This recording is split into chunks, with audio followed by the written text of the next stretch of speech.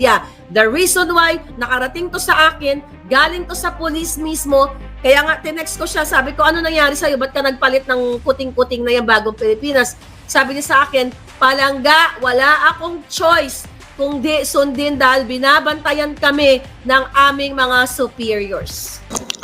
Ito ang wow trending matapos ang kahihiyan na inabot ng manok ni First Lady Liza Marcos na si Mel Robles. Abay gustong bumawi ang administrasyong Marcos sa mga nabudol nila at galit na mga Pilipino dahil sa harap-harapang pangloloko sa mga mananaya sa loto na ang akala nila ay baka matsambahan ang jackpot na milyones pero budol pala dahil sa loto may magic at ang kontrobersyal nga na birthday greetings ni First Lady Liza Marcos kay Mel Robles na hindi nagustuhan ng mga netizen dahil ayon pa sa mensahe ng First Lady, Happy birthday Mel, milyonaryo, sama-sama tayong maging milyonaryo. At dito, tumaas ang kilay ng mga netizen at sa kick-off rally na gaganapin sa Quirino Grandstand. Balak daw na ipakita ni First Lady Liza Marcos na marami pang naniniwala sa kanila at pupunuin daw ang Quirino Grandstand. Ang mga empleyado daw ng Malacanang ay pinupuwersang sumama sa pilitan pero ayon pa sa mga galit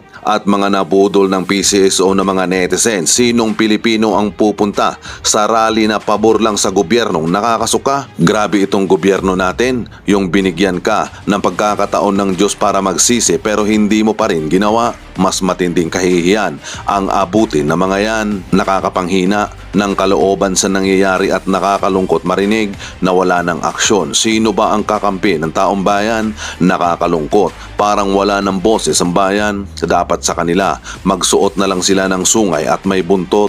Totoo ang sinabi mo, madam, hindi na kailangang hikayatin pa ang ibang mamamayan kung totoong binoto sila ng 31 milyon. Malalaman din natin yan sa darating na linggo. Nakakaiyak na talaga ang nangyayari sa ating bansa, pati ba naman men in uniform dinidiktahan na rin, Save the Philippines, oh Lord, dahil lumabas na balita mga kaibigan na ang mga pulis ay pinipilit silang palitan or mandatory na magpalit ng profile picture. Iyay, nakakapanghina ng loob ang mga ganitong pangyayari. Kawawa tayong mga Pilipino. Hay Diyos ko, ikaw na ang bahala, Lord, sa lahat. Na ang gusto ni Kuting ng Norte at ni Eliesa Ahas ay punuin ang Quirino Grandstand para ipakita sa akin, na malakas pa ang suporta ng mga Pilipino sa kanya, di ba?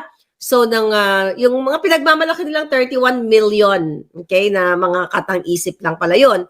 Dahil based nga sa affidavit ni Attorney Glenn Chong ay nakipagsabuatan si Liza Ahas sa Smartmatic. Okay, ngayon, inulat ko sa inyo na inaasahan ng MMDA, okay, inaasahan ni Liza, yan si Abalos, okay, na talagang dumagsa ang mga sangkatauhan doon sa Quirino Grandstand, which is minimum of 200 employees ang kanilang pinupwersa, forced to attend sa utos ng Liza Ahas Mugs para dito sa bagong Pilipinas kick-off rally nito sa Quirino Grandstand. Number one. What's the point na mag-rally-rally? How many millions of pesos ang magagastos doon sa kick-off rally na yon na tapos na ang eleksyon? Wala na dapat patunayan pa ang buwaka ng inang Kuting na kung siya ba ay popular o hindi. Dahil hindi niya na kailangan mag-kick-off rally. It's time to do the job. Okay? Ngayon, mga palangga, ano yun? Oh, pinwersa. Ano bang wrong spelling doon? Mamaya edit natin kung may mali. Okay. So, tapos na ang eleksyon. Wala na dapat may mga kick-off rally. Bakit may mga kick-off rally na ito?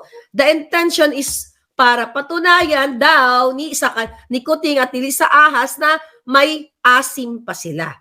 Pero wala na ngang asim dahil mabantot pa sila sa pinakamabantot. Alright? So nakakaiyak talaga, Miss Nancy Tapay. Tapos sinabi ko din sa inyo nung January 23, OFW Hero, thank you very much, na yung mga pupunta doon ay mayroong pa libreng pagkain and may pa-t-shirt, pasusuotin sila ng t-shirt, puwersahan.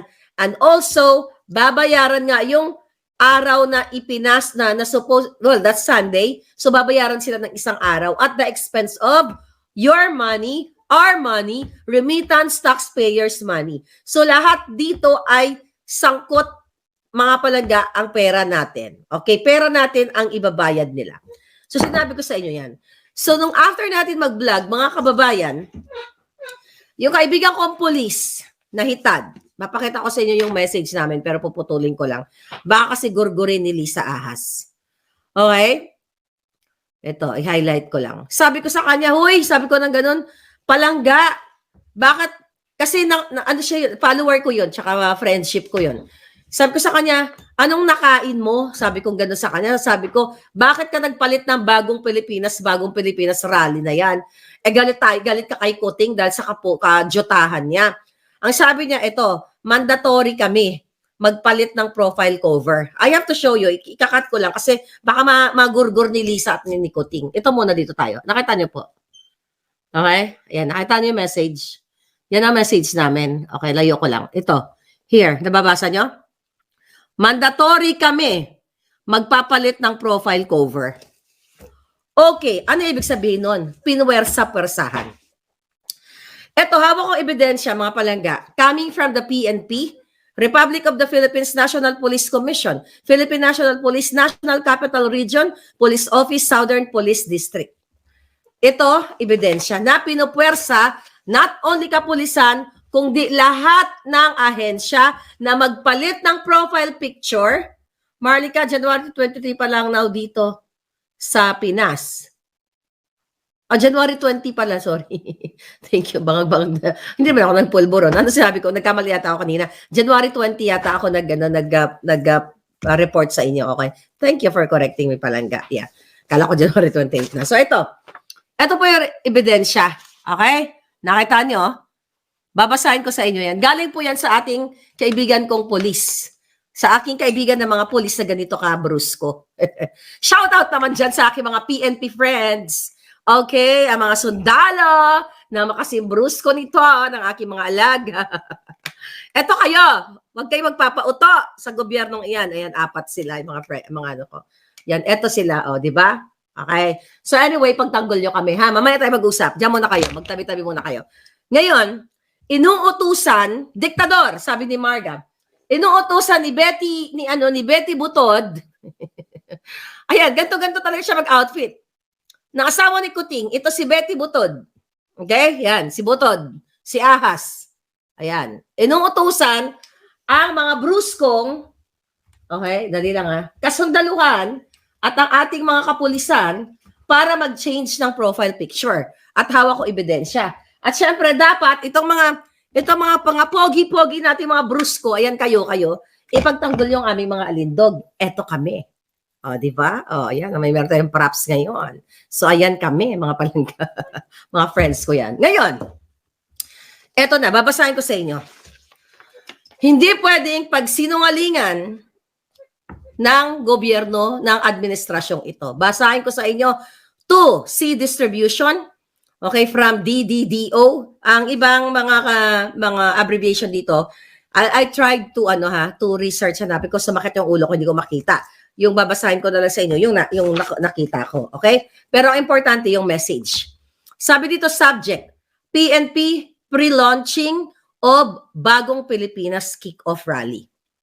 Okay? Date, January 22, 2024. Ayan, palangga, dito sa nakikita. Ayan po. Galing po ito sa PNP. Confidential yan, pero wala pa nakalagay confidential. Dinistribute nila sa lahat ng mga kapulisan para puwersahin na magpalit ng picture profile. Lahat sila personal, pati mga kamag-anak ay inaatasan ng buwaka ng inang diktador na gobyernong ito. Number 1, okay, date January 22, 2024. So, breaking news kahapon lang ito. Number 1 na utos. Reference, coordination meeting from Chief siguro to. RCADO. RCADO meaning Regional Community Affairs and Development in CRPO, National Capital Region Police Office, or dated January 22, 2024 with addendum simultaneous launching o Bagong Pilipinas. Sabay-sabay. Okay?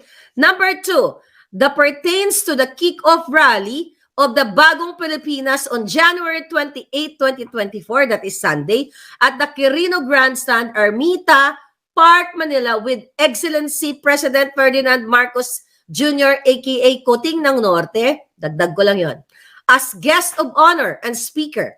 The momentous event will bring together various government units and stakeholders to showcase collaborative efforts in building a more progressive and inclusive nation. Julol.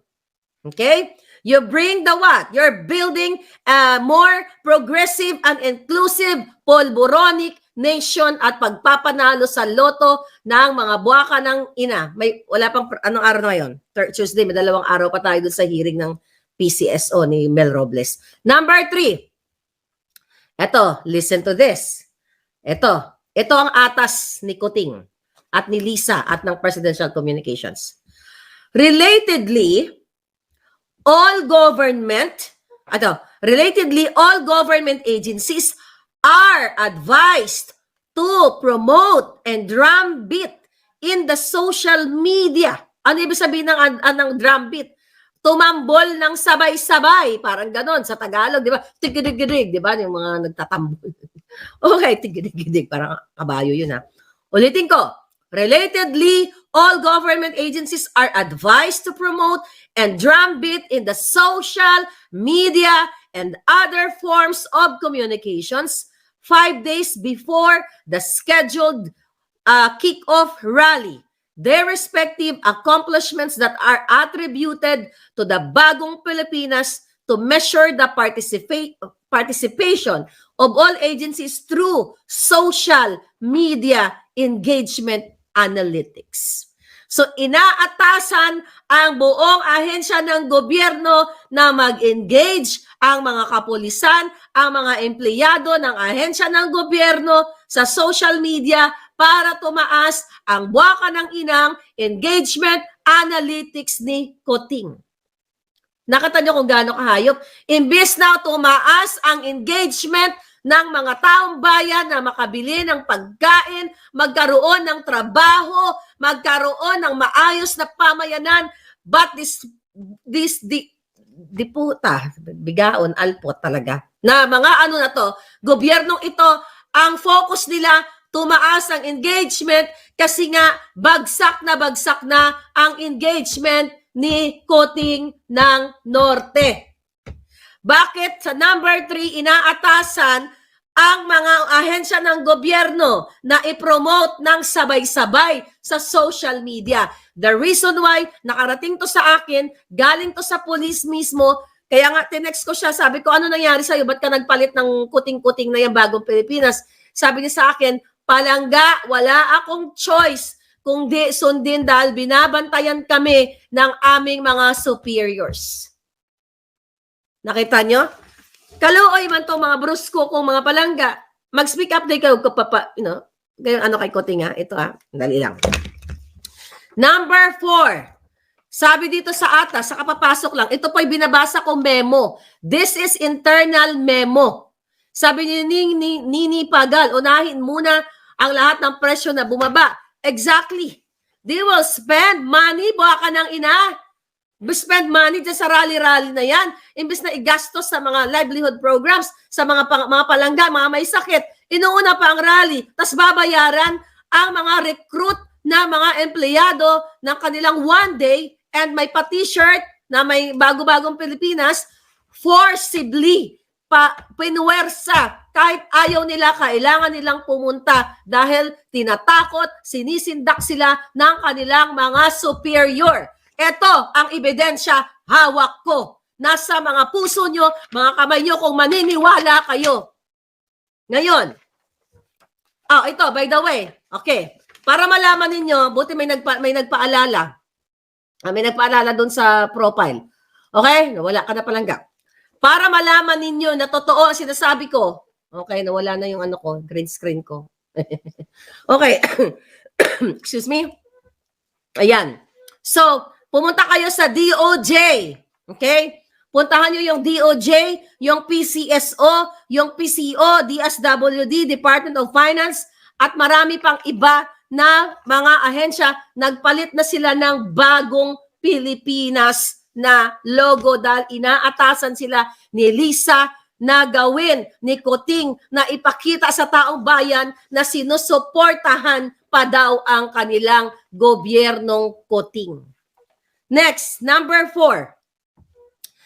Be informed that a simultaneous pre-launching Bagong Pilipinas Kickoff Rally will be held on pre-launching January 24, 2024, Wednesday at 10 a.m. in front of National Headquarters PNP Building, Camp Crame, General Rafael T. Crame. Okay? Quezon City in mass formation. Preparation to pre-launching. Further, number 5, this police district will participate in the simultaneous launching of Bagong Pilipinas Kickoff Rally via Zoom at the SPD Grand Fort, Bonifacio, Taguig City in mass formation. Number 6, sabi dito, to ensure the success of the activity, the following offices units are directed to perform the following tasks. Okay? Letter A, OCDDS. I don't know what does that mean. Paki-comment ko, hinahanap ko, hindi ko makita. Ensure availability of the SPD o Southern Police District grandstand for the activity and perform other tasks as directed. Letter B, DPRMD in charge of the mass formation of the SPD personnel and perform other tasks as directed. Okay? Yung mga palangga ko, i-share nyo to. Okay, dahil itong mga susunod kong babasahin, bigyan natin yung pinaka-highlight dito. Okay, number 3. Okay. Ang utos. Number 2, responsible for the installation of parachute tent in coordination with DLD and perform other tasks as directed. SCAS, SPD, police stations join the pre-launching of the Bagong Pilipinas Kickoff Rally via PNP page. Okay? Facebook page. Alright? So, talagang pinapwersa silang maging mag-participate din sa kabutahan ni Lisa. Okay. Number 2, listen to this. Invite leaders and members of advocacy support to join the drum beating of the PNP accomplishment. So, pina-invite pa sila ng mga iba pang mga leaders, whatever community leaders, para dito sa accomplishment daw ng PNP na si Ana Corda na kasabwat ng mga Pulboronic Lord. Okay? Kasabwat ng Pulboronic Lord, si Ana Corda. Based doon sa ating puting ahas na inulat ko sa inyo nung mga nakaraang araw. So ngayon, mga kababayan, listen to this, darling. Okay, meron ng logo Bagong Pilipinas sa PCAO sa poll. Good job, Marlica. Sabi ni Daily Opinion. Ito palangga, listen to this. Number 3, tandaan nyo to. Ensure that all PNP personnel lahat ng PNP personnel, lahat ng empleyado ng Philippine National Police, in your respective offices, participate and influence others, including members of the family. I-ensure, siguraduhin. Okay? Relatives and friends, community partners, and stakeholders in drum beating the accomplishment of the PNP in all social media platforms and all other mediums of information campaign. So sa makatuwid, nagre-recruit sila ng mga magre-react dito patungkol mag-hashtag ng Bagong Pilipinas at maka-accomplishment. Okay? Okay. Na mga accomplishment ng gobyernong ito. So, number 3. Ayan, basahin ninyo. Number 3. Ayan, o. O, 3. Ayan, 3.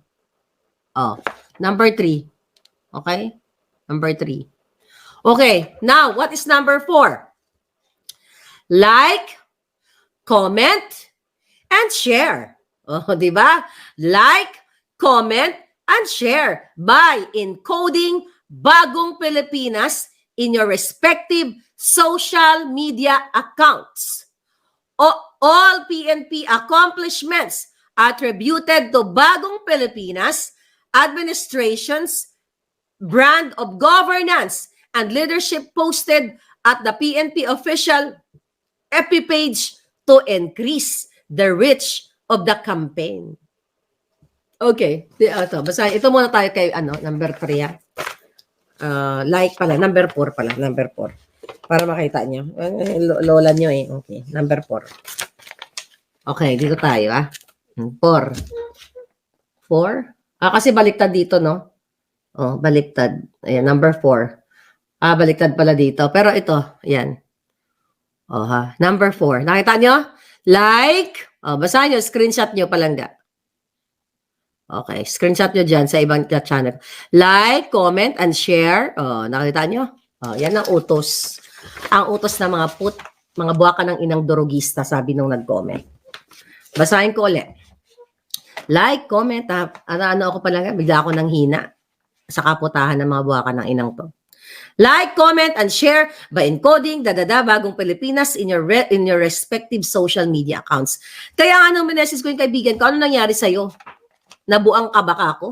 Bakit ka nagpalit ng Bagong Pilipinas? Sabi niya palangga, kailangan namin. Kasi kung hindi, yun naman nanagot kami sa aming director, sa kanilang boss.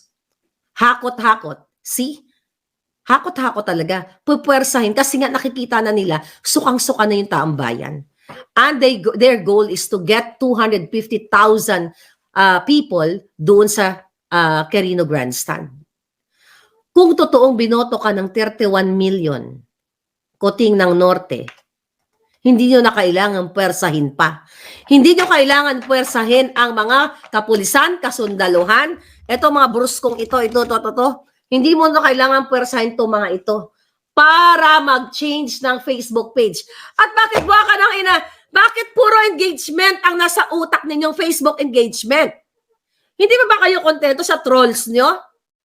Pati mga polis, pati mga sundalong matitino, gusto nyo pang hikayatin sa pambubudol nyo, diktahan at palitan ang kanilang Facebook page. That's their personal space. Kung gusto nila ilagay ang kanilang girlfriend, ang kanilang pamilya, sino ka? Marcos Jr. Ikaw, Lisa Arta Marcos, buwaka ng ina niyong dalawa. Kayo, Acorda. Kayo, Presidential Communications. Cheloy, Bukangkang.